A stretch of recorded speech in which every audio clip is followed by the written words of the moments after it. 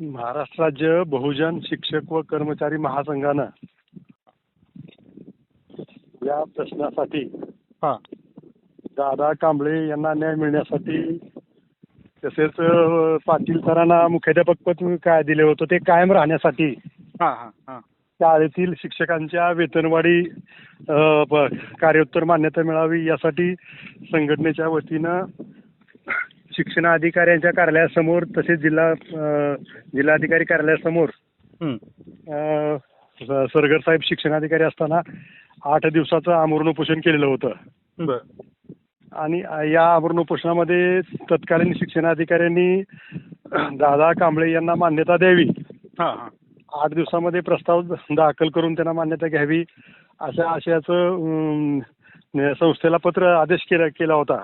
बर संस्थेने त्या आदेशाची अंमलबजावणी केली नाही. उलट त्या अंकुश सखाराम चव्हाण या शाळेत कार्यरत नसणाऱ्या माणसाची बोगस मान्यता संस्था आणि मुख्याध्यापकांनी आणली. बर विशेष म्हणजे आज शिक्षण सेवकाची मान्यता घेतली आणि उद्या लगेच नियमित शिपायाची मान्यता घेतली. बर इतका अंधाधुंदी आणि गैरकारभार बेकायदेशीर कारभार त्या संस्थेमध्ये चालू आहे. बर बर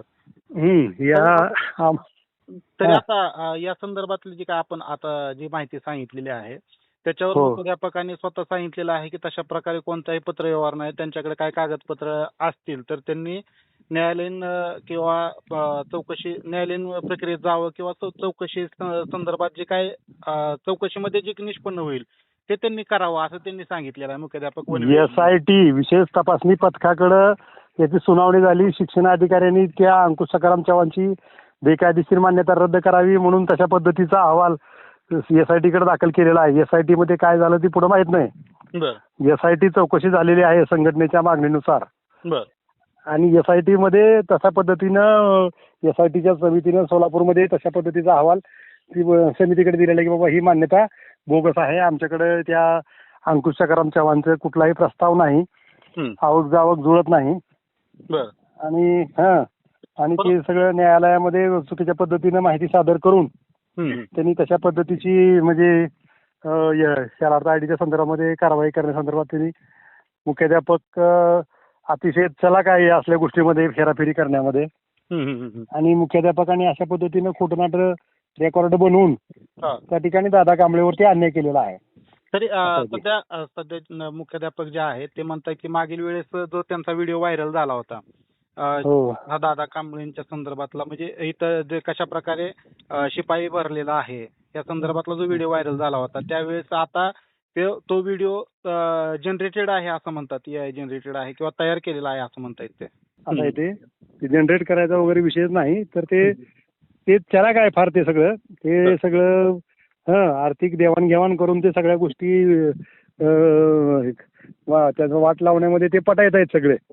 आतापर्यंत त्यांनी अशा पद्धतीनेच हेराफेरी करून त्या ठिकाणी पाटील सरांना मुख्याध्यापक पदावरून पदावनच केलं. त्यांनी त्या ठिकाणी उघडे सरांच्यावरती अन्याय झालेला आहे, ननवरे सरांच्यावरती अन्याय झालेला आहे. त्या ठिकाणी मुकुंद सरवदे नावाचे शिपाई त्यांच्यावरती त्या अन्याय झालेला आहे. सगळं खोटं नाटक रेकॉर्ड तयार करून ते हेराफेरी करतात मुख्याध्यापक. आणि आता येथील जे शिपाई आहेत कांबळे म्हणून जे आहेत त्यांच्याशी ज्यावेळेस आम्ही चर्चा केली त्यावेळेस त्यांनी सांगितलं की मला आता इथं काढलेलं आहे, परंतु ज्यावेळेस मी या ठिकाणी कामाला होतो त्यावेळेस मला कुठं जातीवरून सुद्धा कुठं हिनवण्यात आलेलं आहे, बोलण्यात आलेलं आहे. आता तिथं काय झालं असेल ते माहित आपल्याला, तिथं घडलेलं असेल ते असे प्रकार अनेक ठिकाणी घडतात. मागासवर्गीच्या बाबतीमध्ये सर्रास असं जातीवरूनच हिनवलं जाते. असं आहे ते मुद्दा जातीपेक्षा त्या ठिकाणी दादा कांबळेच्या नोकरीच्या बाबतीमध्ये त्याच्यावरती फार मोठा अन्याय झालेला आहे. जातीवर तर अन्याय झालेलाच आहे, तो भाग नाही, परंतु त्याला जाणीवपूर्वक त्याच्याकडून आर्थिक देवाणघेवाण करून सुद्धा दुसऱ्या माणसाकडून जास्तीची म्हणजे मोठ्या रकमांची देवाणघेवाण करून दादा कांबळेला काढण्याचं नीच कारस्थान त्या मुख्याध्यापकामार्फत झालेलं आहे. संस्था चालकांनी मुख्याध्यापकांनी हेराफेरी करून हे सगळं केलेलं आहे.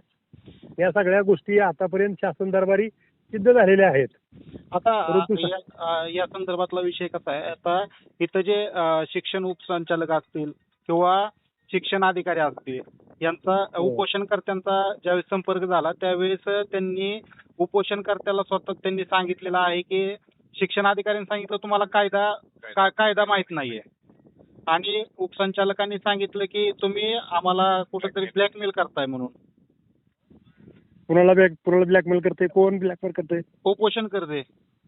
कसं काय ब्लॅकमेल करतात? त्यांना ते त्यांच्या विरोधामध्ये आंदोलन कुठे आहे? आंदोलन ते संस्थेच्या विरोधामध्ये आहे ना. त्याने हो त्यांचं तसं म्हणणं आलं की तुम्हाला शिक्षण अधिकाऱ्यांचं म्हणणं आलं की तुम्हाला कायदा समजत नाहीये आणि उपसंचालकांचं म्हणणं आलं की तुम्ही ब्लॅकमेल करण्यासाठी उपोषण करताय.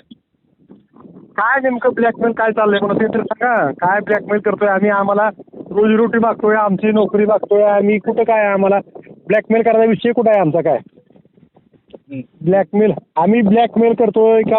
आम्हाला आमची फसवणूक होती हे तरी बघा म्हणावं तुम्ही त्यांना. आम्ही कसं काय ब्लॅकमेल करतोय म्हणावं? तशा प्रकारची त्यांनी भूमिका मांडलेली आहे.